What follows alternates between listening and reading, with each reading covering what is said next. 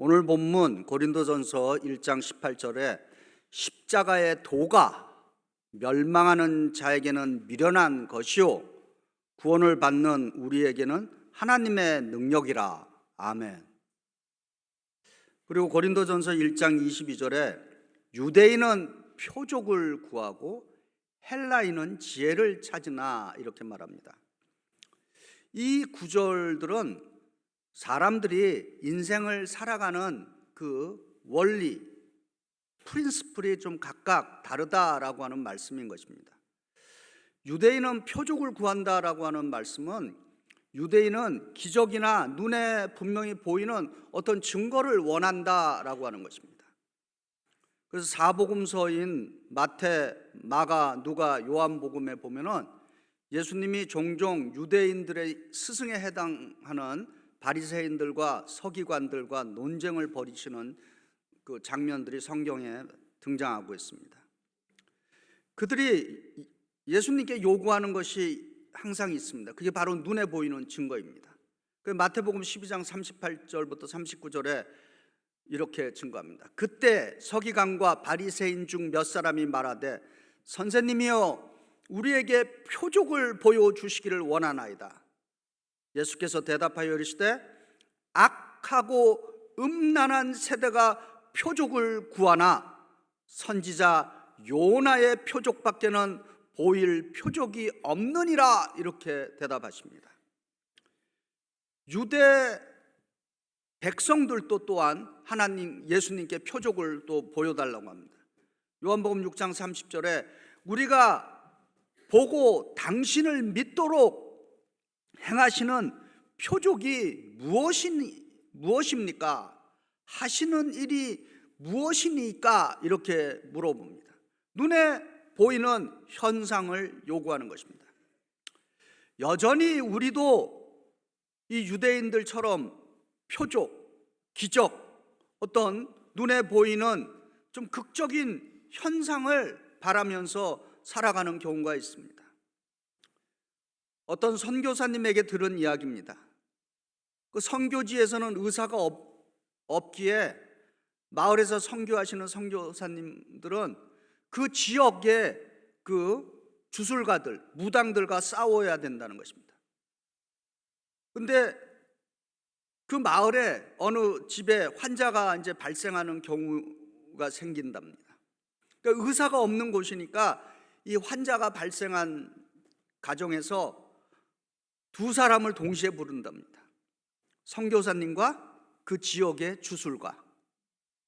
그래갖고 선교사님은 예수님의 이름으로 환자의 손을 얹어 안수기도 한답니다. 그리고 주술가는, 무당은 주문을 외우고 우리식으로 굿하면서 환자를 고치려고 한다는 것입니다. 그래서 만약 선교사님의 안수기도로 병자가 나오면은 그 마을 전체가 순식간에 예수 믿는 마을로 바뀐다는 것입니다. 근데 반대로 주술가가 주문으로 병자가 고침을 받았다고 생각되면은 그 선교사가 그 지역에서 발붙이기가 힘들다고 합니다.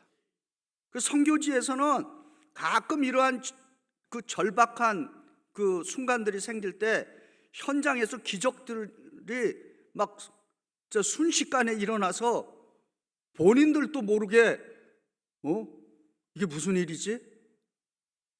본인 그런 일이 일어나는 것입니다. 저도 개인적인 경험이 있어요. 저기 마사이, 예전에 마사이 선교 갔는데 저보고 안수기도 해달라고 이렇게 안수기도한테 휙 넘어가니까 제가 깜짝 놀랐습니다. 그래서 저는 이렇게 손을 얹어 기도하는데 사람이 휙 넘어가니까, 그래서 근데 돌아와서 이제 교회에서 이렇게 하는데 안 넘어가대요. 그런 일이 있습니다. 웃지 못하는 그러나 놀라운 역사가. 너무도 그 현장이 절박하니까 하나님께서 저처럼 의심하는 목사에게도 그 순간에 성령의 능력으로 사람 쓰러지게 하는. 예수님은 유대인처럼 눈에 보이는 기적과 같은 현상을 보고 예수 믿는 사람들에게 충고를 합니다. 그 대표적인 성경의 인물이 예수님의 제자인 도마라고 볼 수 있습니다. 도마는 부활하신 예수님에 대한 대해서 다른 제자들의 증언을 했는데 요한복음 20장 25절에 이렇게 증거합니다. 다른 제자들이 도마에게 이르되 우리가 주를 보았노라 하니 도마가 이르되 내가 그의 손에 못자국을 보며 내 손가락을 그 못자국에 넣고 내 손을 그 옆구리에 넣어보지 않고는 믿지 아니하겠노라 이렇게 말합니다. 도마는 눈에 보이는 직접적인 현상을 보아야 믿겠다고 말합니다. 그때 예수님께서 도마에게 말씀하십니다. 그 요한복음 20장 27절과 29절에 예수께서 이렇게 말합니다.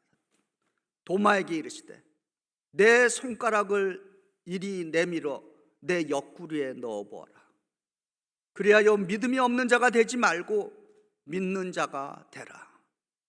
예수께서 이르시되 너는 나를 본고로 믿느냐?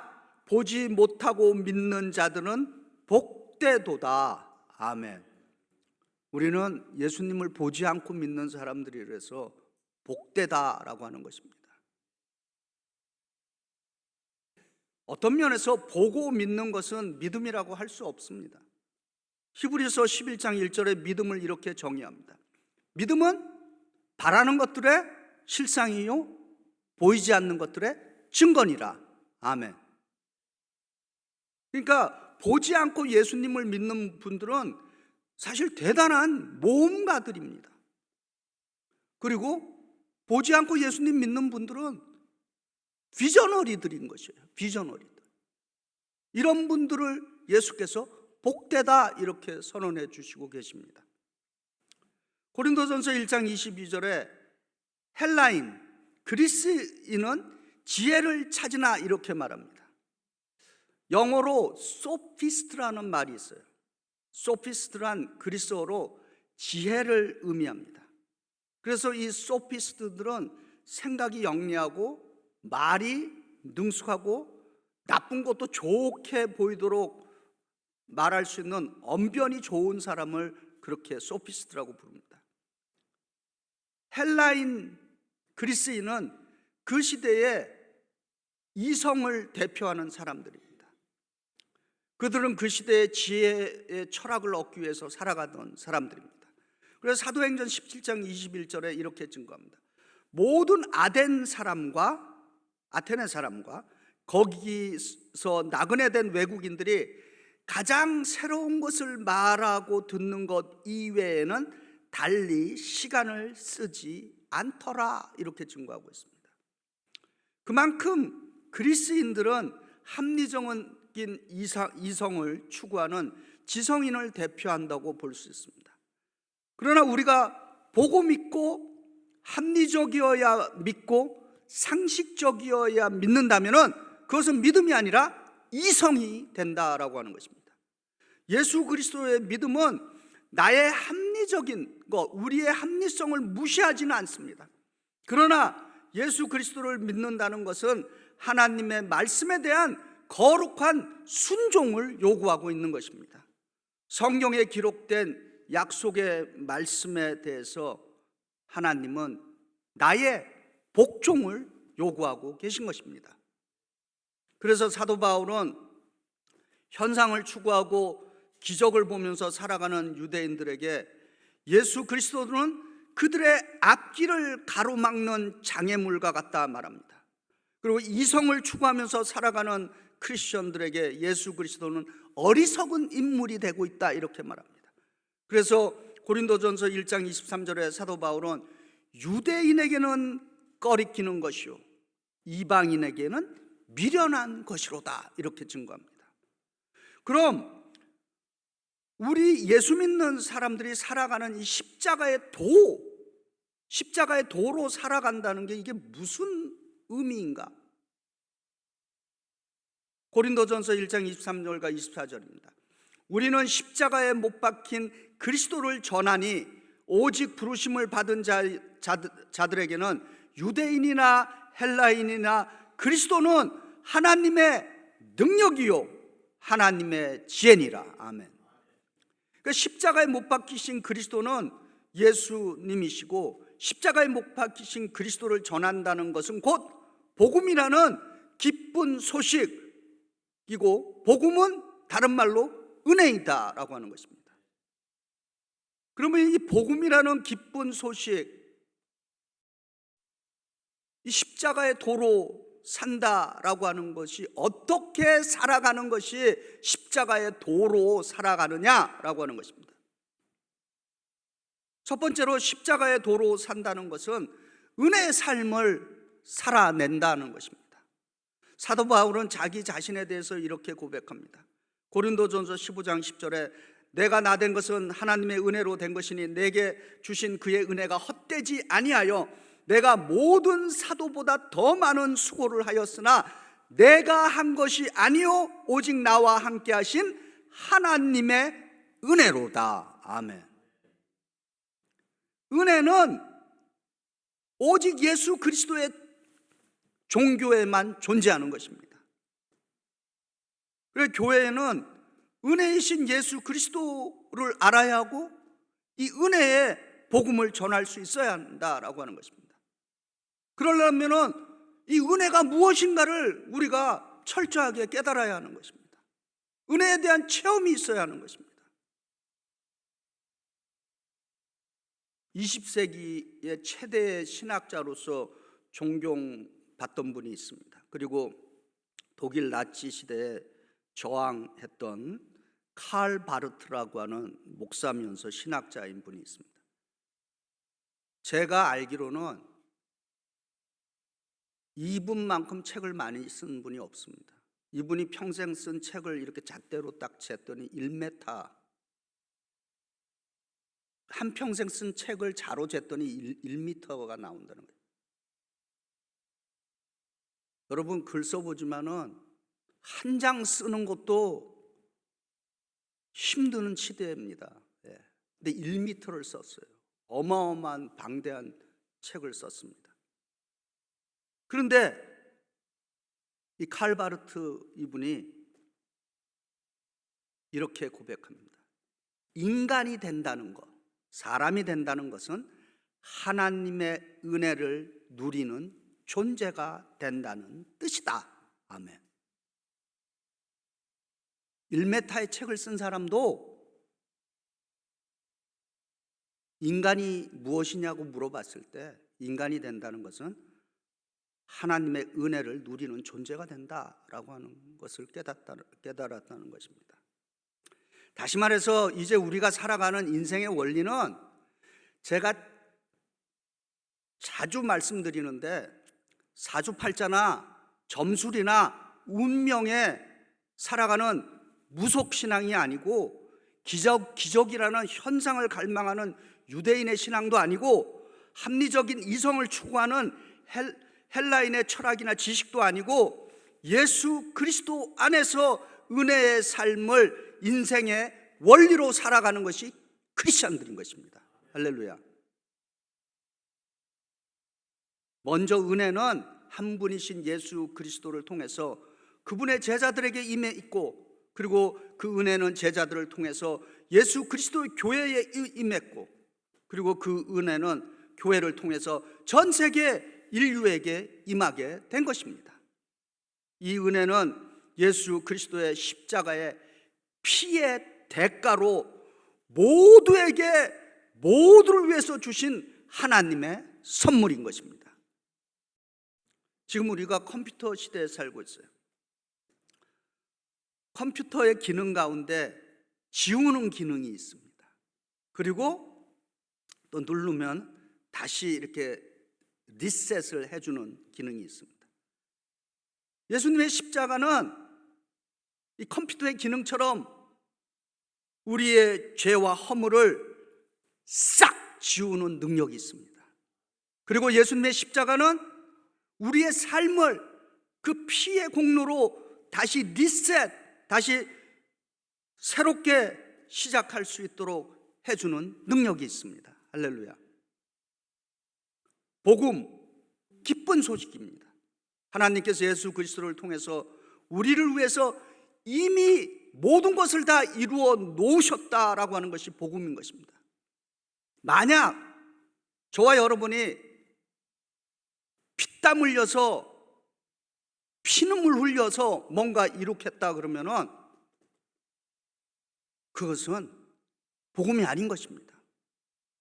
비록 내가 피눈물을 흘리고 피땀 흘린다 할지라도 그 능력마저도 주님께서 주시는 것이기 때문에 가능한 것입니다. 하나님께서 예수 그리스도의 십자가를 통해서 이미 이루어 놓으셨다라고 하는 것이 은혜이고 복음인 줄 믿습니다. 그래서 이 은혜는 오직 한 가지의 조건만을 요구하고 있습니다. 이 은혜를 얻는 그 기준이 하나 있는데 그것이 오직 믿음이다라고 하는 것입니다. 그래서 에베소서 2장 8절에 너희는 그 은혜에 의하여 믿음으로 말미암아 구원을 받았으니 이것은 너희에게서 난 것이 아니요 하나님의 선물이라. 할렐루야. 그래서 저와 여러분들은 복음을 깨달아야 하는 것입니다. 그래야 예수 믿는 맛이 나는 것입니다.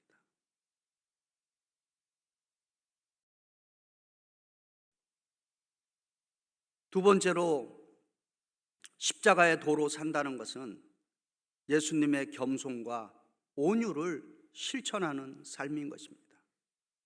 마태복음 11장 29절에 예수께서 이렇게 약속하십니다. 나는 마음이 온유하고 겸손하니 나의 멍에를 메고 내게 배우라.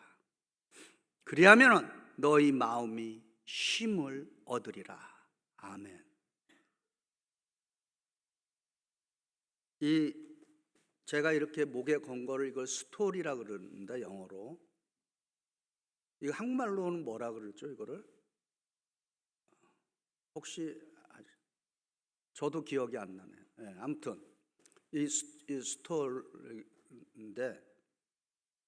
이 보기에는 뭐 화려한 것 같은데 사실은 이게 무슨 화려하라고 준 게 아니라 이게 뭐를 상징하느냐? 요크를 상징합니다. 소의 멍에. 네. 그래서 사실 제가 이렇게 뻣뻣하게 이렇게 하는 것도 사실은 이치에 맞지 않는 거예요. 그래서 소의 멍에를 지금 메고 있는데 이렇게 해서 해야지 사실은 어떤 면에서 맞는 거예요. 번쩍 엎드려서 했는데 고개 빳빳이 들고 이렇게 어디 멍에를 맨 사람이 그렇습니까? 이런 의미가 있습니다. 그래서 이거 맬 때마다 이 말씀을 기억해야 되는 거예요. 나의 멍에를 메고 내게 배우라.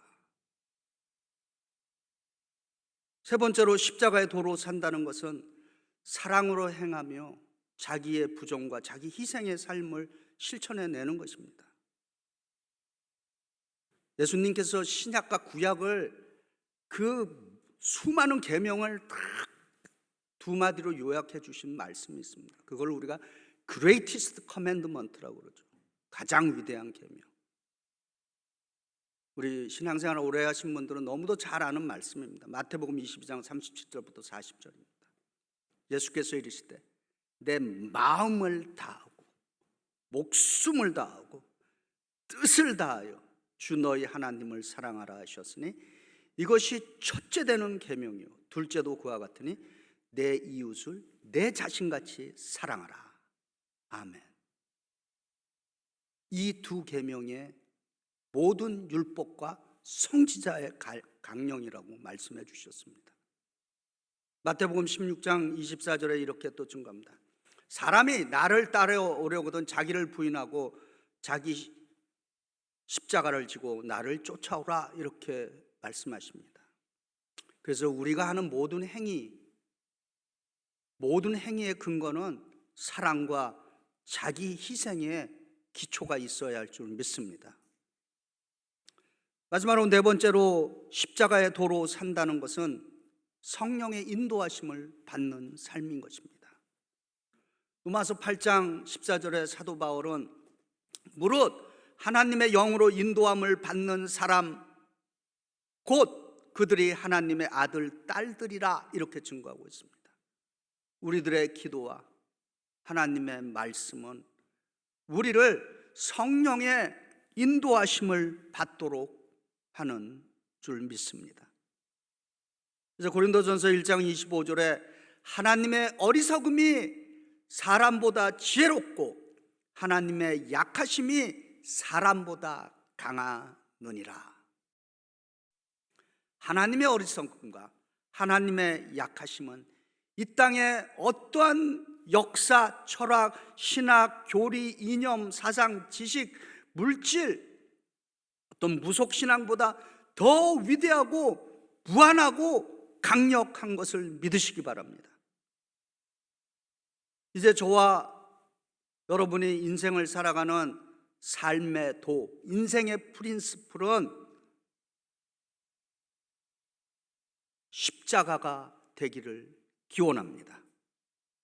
예수 믿기 전과 예수를 믿은 후에 인생을 살아가는 원리는 달라져야 하는 것입니다. 예수 믿기 전에는 온갖 잡신을 섬기며 살아갔다 할지라도 예수를 믿고 나면은 오직 복음으로, 은혜로 살아가야 하는 것입니다. 하나님께서 예수 그리스도의 십자가의 피 흘림을 통해서 이루어 놓으신 사람보다 지혜롭고 사람보다 능력이 있으신 예수 그리스도의 그 십자가의 도로 이 땅의 삶을 살아내시기를 주의 이름으로 축원드립니다.